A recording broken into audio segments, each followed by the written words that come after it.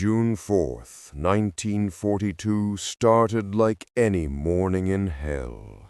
The Pacific stretched endlessly in all directions, a vast canvas of blue that could swallow a man whole and never spit him back. Somewhere out there, Admiral Nagumo's carrier strike force was bearing down on Midway Atoll, and every American pilot knew what that meant. The Japanese Navy had been unstoppable since Pearl Harbor, a juggernaut of steel and fire that had carved through the Pacific like a hot knife through butter. But today, something was different. Today, the hunters were about to become the hunted, and in the chaos of that pivotal battle, one American pilot would vanish into the clouds and emerge as something more than human, something that would haunt the memories of both friend and foe for decades to come. The story begins not with the ghost himself, but with the desperate hours leading up to the battle. Commander Wade McCluskey stood on the deck of the USS Enterprise, his leather flight jacket creaking as he moved, the weight of command pressing down on his shoulders like a physical thing. He was leading 32 dive bombers into the unknown, tasked with finding and destroying the Japanese carriers before they could launch their own devastating strike. Intelligence had given them coordinates, a best guess based on reconnaissance and cryptography.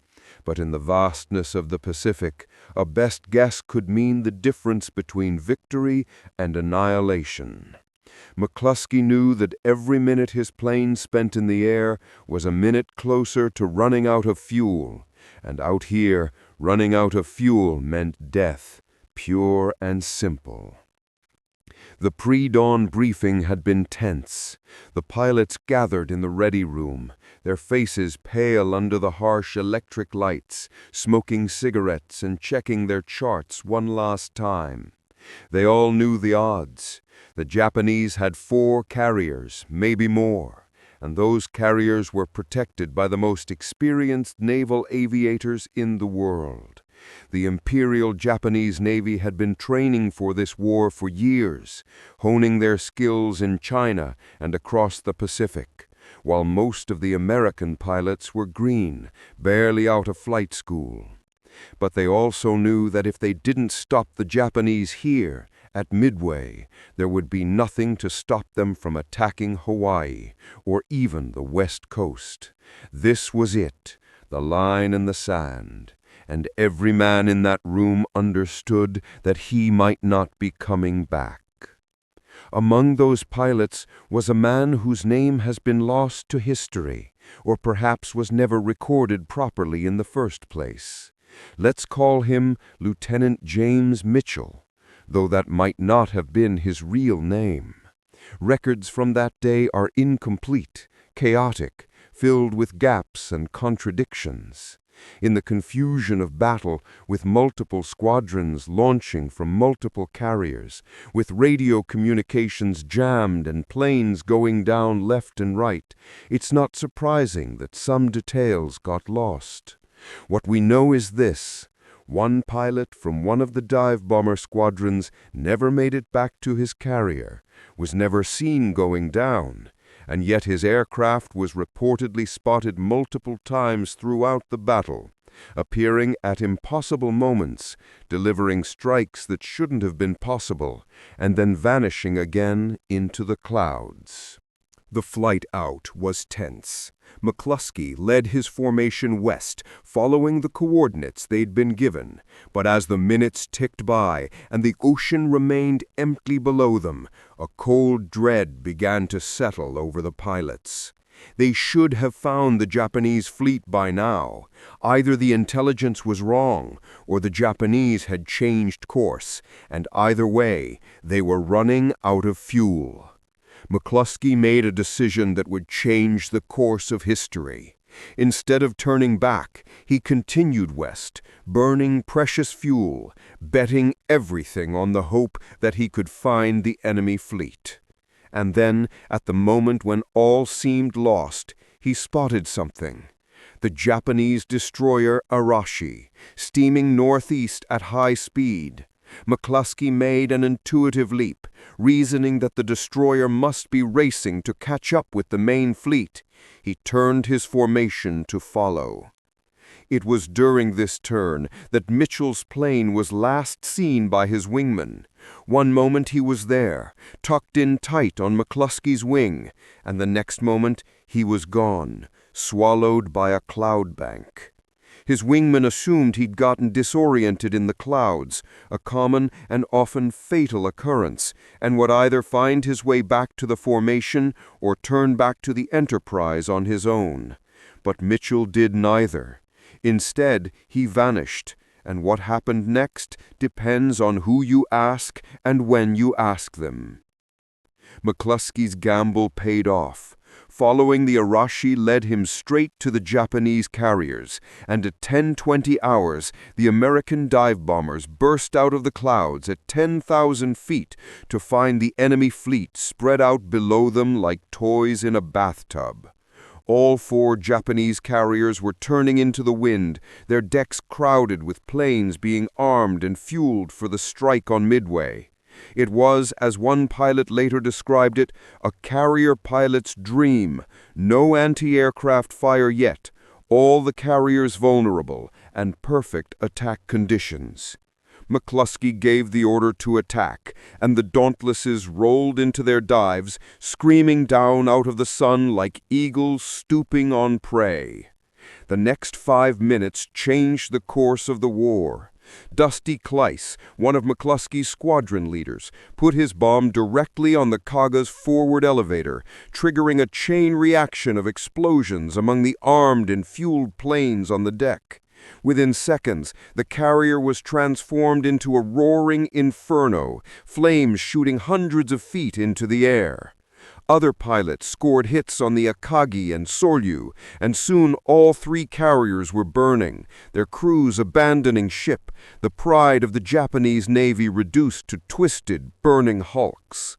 But in the chaos of the attack, several pilots reported something strange, an SBD Dauntless appearing out of nowhere, diving on a target that had already been hit, and then pulling up and disappearing again into the clouds.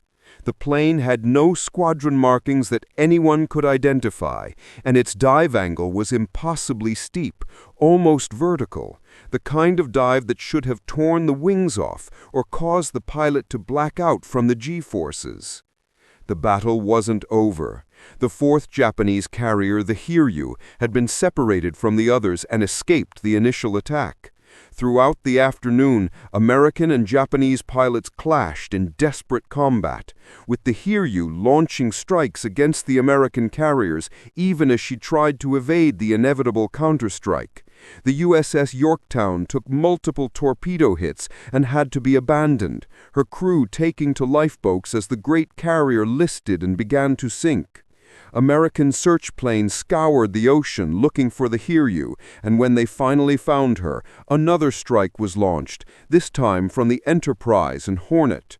It was during this second strike that the Ghost Pilot appeared again. Multiple witnesses, both American pilots and Japanese survivors, reported seeing a lone SBD Dauntless approaching the Hiryu from an impossible angle, as if it had been hiding in the clouds, waiting for exactly the right moment. The plane dove through a storm of anti-aircraft fire that should have shredded it, dropped its bomb with uncanny accuracy, scoring a direct hit on the Hiryu's flight deck, and then pulled up and flew directly into a cloud bank, vanishing as if it had never been there. Japanese sailors on the Hiryu later claimed that they saw the plane take multiple hits from their anti-aircraft guns, saw pieces of it flying off, and were certain it would crash into the ocean, but it never did. It just kept flying, wounded but somehow still airborne, and then it was gone. By the end of June 4th, all 4 Japanese carriers were sinking or sunk, and the balance of power in the Pacific had shifted. The Japanese Navy, which had seemed invincible just 24 hours earlier, had suffered a catastrophic defeat from which it would never fully recover. American losses were significant but manageable. One carrier damaged and later sunk, several dozen aircraft destroyed, and over 100 men killed. But compared to what the Japanese had lost, 4 carriers, hundreds of aircraft, and most critically, over 100 of their most experienced pilots, the Americans had won a stunning victory. Admirals Fletcher and Spruance were hailed as heroes, and the pilots who had pressed home their attacks against overwhelming odds were celebrated across the nation. But one pilot never made it home to receive his accolades. Lieutenant Mitchell, if that was indeed his name, never returned to the Enterprise. He was listed as missing in action, presumed dead. Just another name on a long list of men who had given their lives for their country. His family received the telegram that every military family dreaded, informing them that their son had been lost in action in the Pacific. A folded flag was presented at a memorial service, and his name was added to the rolls of the honored dead. But the story didn't end there. In the weeks and months following Midway, strange reports began to filter in from across the Pacific. Pilots returning from missions over Japanese-held islands reported seeing a lone SBD Dauntless, weathered and battle-damaged, flying at high altitude, always alone, always heading toward the sound of combat. Navy search planes spotted what they thought was a downed pilot on remote atolls, only to find nothing when they landed to investigate.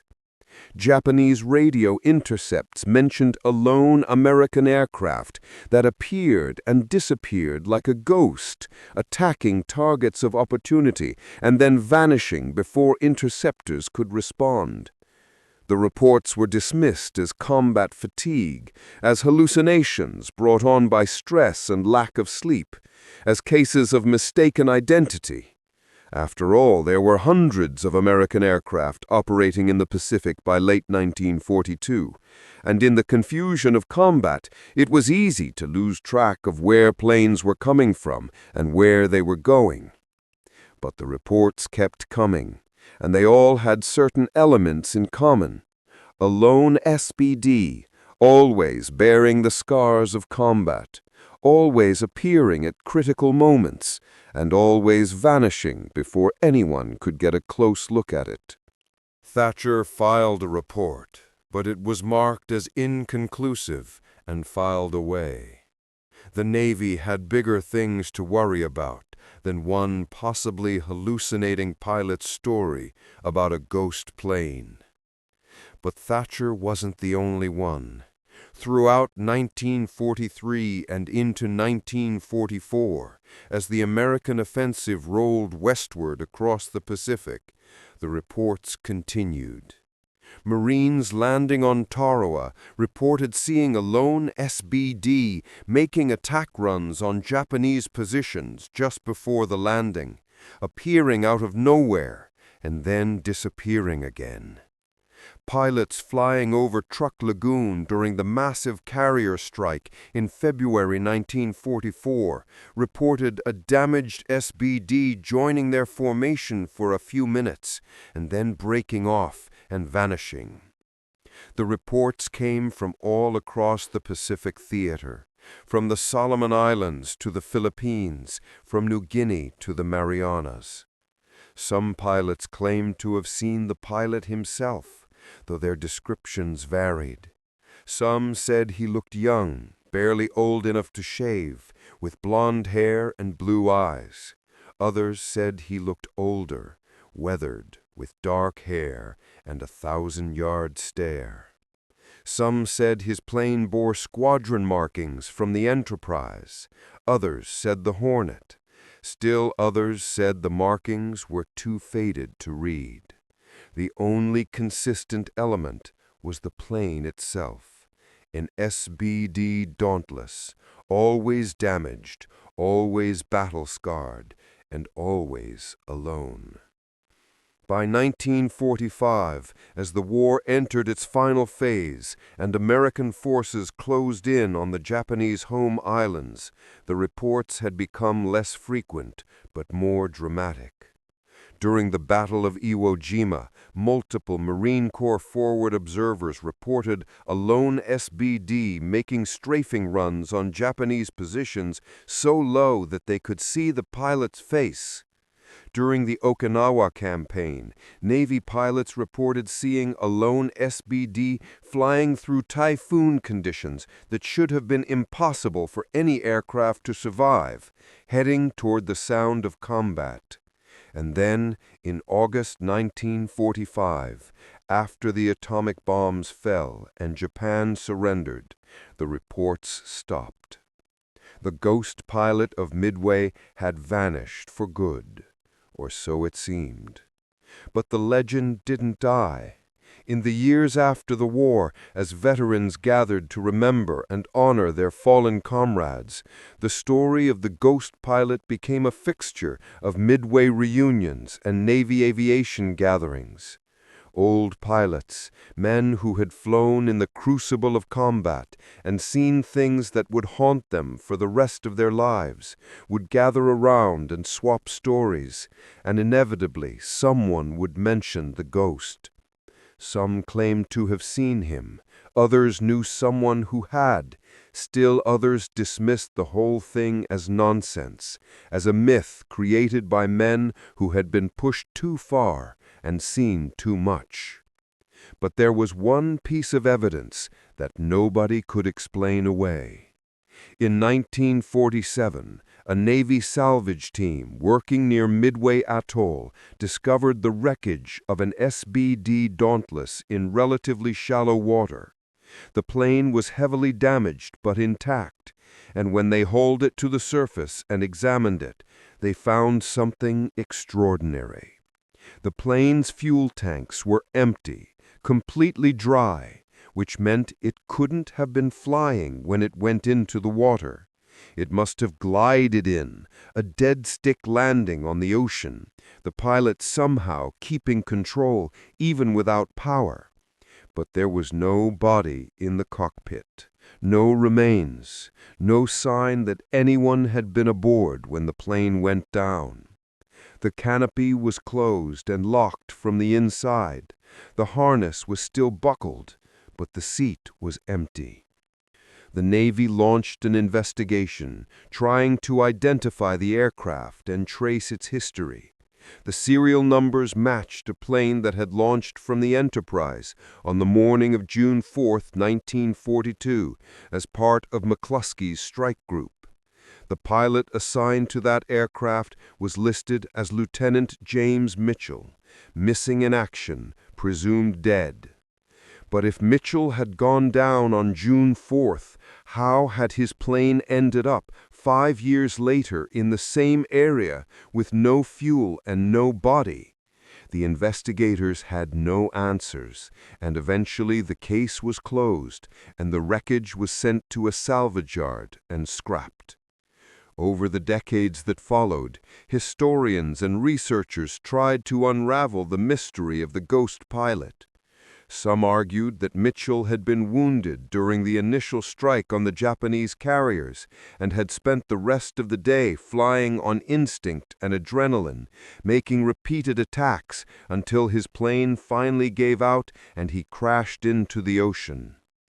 Others suggested that the sightings were cases of mistaken identity, that various damaged SBDs from various battles had been conflated in veterans' memories into a single mythical aircraft.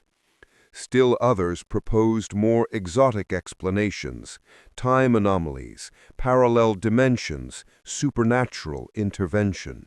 The truth, as is so often the case, is probably more mundane, but no less tragic. Mitchell almost certainly was hit during the attack on the Japanese carriers, probably by anti-aircraft fire or by a Zero that caught him during his pull-out from his dive. His plane was damaged, his radio was knocked out, and he was probably wounded, perhaps seriously. But instead of trying to make it back to the Enterprise, which was hundreds of miles away and which he probably knew he couldn't reach, he decided to stay in the fight. For the rest of that long day, he flew alone, attacking targets of opportunity, doing whatever damage he could before his plane and his body finally gave out. He might have lasted hours or even days, nursing his dying aircraft across the Pacific, looking for one more target, one more chance to strike back at the enemy that had attacked his country. And the sightings after Midway? Most were probably genuine cases of mistaken identity, damaged aircraft that looked like Mitchell's plane in the heat of combat. But some of them, the ones that came from multiple reliable witnesses, the ones that included details that shouldn't have been known, those are harder to explain. Maybe Mitchell did survive longer than anyone thought possible. Maybe he island-hopped across the Pacific, scavenging fuel and supplies, staying one step ahead of the Japanese, refusing to give up as long as there was still a war to fight. It sounds impossible, but then again, so does the idea of 3 American carriers defeating 4 Japanese carriers in a single day, and that happened. What we know for certain is this. On June 4th, 1942, at the Battle of Midway, American pilots achieved one of the most decisive victories in naval history, turning the tide of the war in the Pacific and proving that the Japanese Navy was not invincible. Among those pilots was a man named James Mitchell, or something like that, who launched from the USS Enterprise that morning and never came back. His name appears on the memorial at Midway, just one among many, and every year veterans and historians gather there to remember the men who fought and died in that pivotal battle. And sometimes, on quiet mornings when the wind is right and the clouds hang low over the water, old veterans swear they can hear the sound of a radial engine, laboring and rough, but still running, and they look up and see nothing but empty sky. The Ghost Pilot of Midway has become more than just a story. He's become a symbol of the sacrifice and determination that characterize the American war effort in the Pacific. Whether he was real or myth, whether he flew for a day or for years, whether his story is true or just a comforting legend told by men who needed to believe that the dead don't really leave us, that their fight continues even after they're gone, doesn't really matter. What matters is what he represents. The refusal to give up, the determination to keep fighting no matter the odds, the willingness to sacrifice everything for a cause greater than oneself.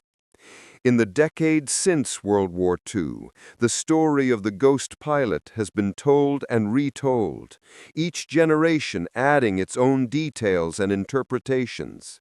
Some versions have him as a young kid from Iowa, fresh out of flight school, fighting with the fury of the young and invincible.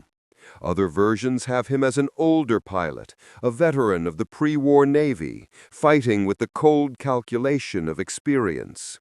Some say he was shot down and killed on June 4th, and everything else is myth. Others say he survived the war, came home, and never told anyone about his experiences, taking his secrets to the grave.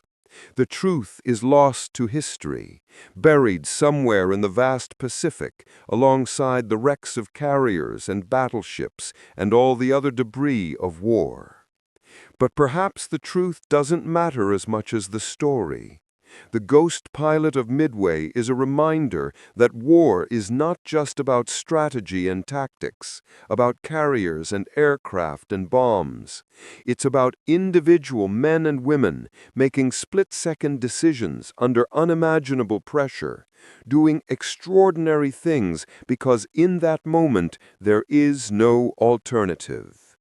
Wade McCluskey made the decision to keep searching when he should have turned back, and that decision led to one of the greatest victories in American naval history. Dusty Cleiss put his bomb exactly where it needed to go, turning a Japanese carrier into a burning wreck. George Gay survived 30 hours in the water, watching the battle unfold around him, and lived to tell about it. And somewhere among them was James Mitchell, or something like that, who launched into combat that morning and became something more than human, became a legend. The Battle of Midway lasted 4 days, from June 4th to June 7th, 1942. But the critical phase, the part where the outcome was decided, lasted only about 5 minutes on the morning of June 4th. In those 5 minutes, American dive bombers destroyed 3 Japanese carriers and changed the course of the war. Everything that came after, the island-hopping campaigns, the liberation of the Philippines, the eventual defeat of Japan, was made possible by what happened in those 5 minutes. And in some small way, the Ghost Pilot was part of that. Whether he was real or imagined, whether he flew for 5 minutes or 5 years. Today, the waters around Midway Atoll are quiet. The island itself is a wildlife refuge, home to millions of seabirds and protected from development. The wrecks of the Japanese carriers lie on the ocean floor, kilometers below the surface, slowly being reclaimed by the sea. The American carriers that fought there have long since been scrapped or sunk as targets, their steel recycled into new ships for new wars. The pilots who flew that day are nearly all gone now, passed away in the decades since, taking their memories with them. But the story remains, passed down from generation to generation, kept alive by historians and aviation enthusiasts and veterans' families. And sometimes, on anniversaries of the battle, when ceremonies are held and wreaths are laid and speeches are made honoring the men who fought and died at Midway, someone will mention the Ghost Pilot, that tell the story of the lone SPD Dauntless appearing out of nowhere at critical moments, striking at the enemy and then vanishing again, the pilot who refused to quit even after death. And the old veterans, the few who were left, will nod and smile, because they remember the stories they heard, the sightings they maybe saw themselves, and they'll know that whether the Ghost Pilot was real or not, he represents something true, the spirit of men who went into combat knowing they might not come back, but going anyway, because their country needed them. The legacy of the Battle of Midway extends far beyond that single day in June 1942. It marked the beginning of the end for Japanese expansion in the Pacific, the point where the tide turned and America went from defense to offense. It validated the aircraft carrier as the dominant weapon of naval warfare, relegating the battleship to a supporting role. It demonstrated the critical importance of intelligence and code-breaking, as the American victory at Midway was made possible in large part by cryptographers who had broken Japanese codes and given the American commanders advance warning of the attack. And it proved that determination and courage could overcome numerical and tactical disadvantages, that a smaller force with superior intelligence and tactical surprise could defeat a larger, more experienced enemy. But beyond all the strategic and tactical lessons, beyond the analyses of what went right and what went wrong, beyond the dry recitations of forces and casualties and outcomes, the Battle of Midway is remembered because of the men who fought it. Men like Wade McCluskey, who made the critical decision to keep searching when logic said to turn back. Men like Dusty Cleiss, who put his bomb exactly where it needed to go under the most difficult circumstances imaginable. Men like the torpedo bomber pilots of VT-8, who flew into certain death to give the dive bombers their chance at the carriers. And men like the Ghost Pilot, whether he was real or legend, who became a symbol of the indomitable American spirit. In the end, the story of the Ghost Pilot of Midway is not really about one man or one airplane. It's about all the men who fought in that battle and in all the other battles of the Pacific War. Men who climbed into their aircraft knowing the odds were against them, knowing they might not come back, but going anyway. It's about the sacrifice and the courage and the determination that won the war and secured freedom for future generations. And it's about the understanding that some debts can never be fully repaid, that some sacrifices are so great that all we can do is remember and honor those who made them. The Ghost Pilot flies on in memory and story, a reminder of what was at stake in those dark days of 1942, when the outcome of the war hung in the balance, and a handful of American pilots changed the course of history. Whether Lieutenant James Mitchell really flew beyond death, whether his SPD Dauntless really appeared at impossible moments throughout the Pacific War, whether any of it really happened the way the stories say, ultimately doesn't matter. What matters is that the story endures, that each new generation learns about the Battle of Midway and the men who fought there, and that the sacrifice of those men is never forgotten. So the next time you see an old photograph of an SPD Dauntless, that ungainly-looking dive bomber with its perforated dive brakes and its big radial engine, take a moment to think about the men who flew it into combat. Think about what it must have been like to push over into a dive, the whole world tilting vertical, the target growing larger in your gun sight, and the anti-aircraft fire reaching up toward you like a living thing, knowing that in the next few seconds you would either score a hit or miss, and that either way you might not pull out of the dive. Think about the courage it took to do that once, let alone multiple times in a single day. And think about the Ghost Pilot, whoever he was, flying on through legend and memory, a reminder of what was at stake in those dark days of 1942, when the outcome of the war hung in the balance, and a handful of American pilots changed the course of history.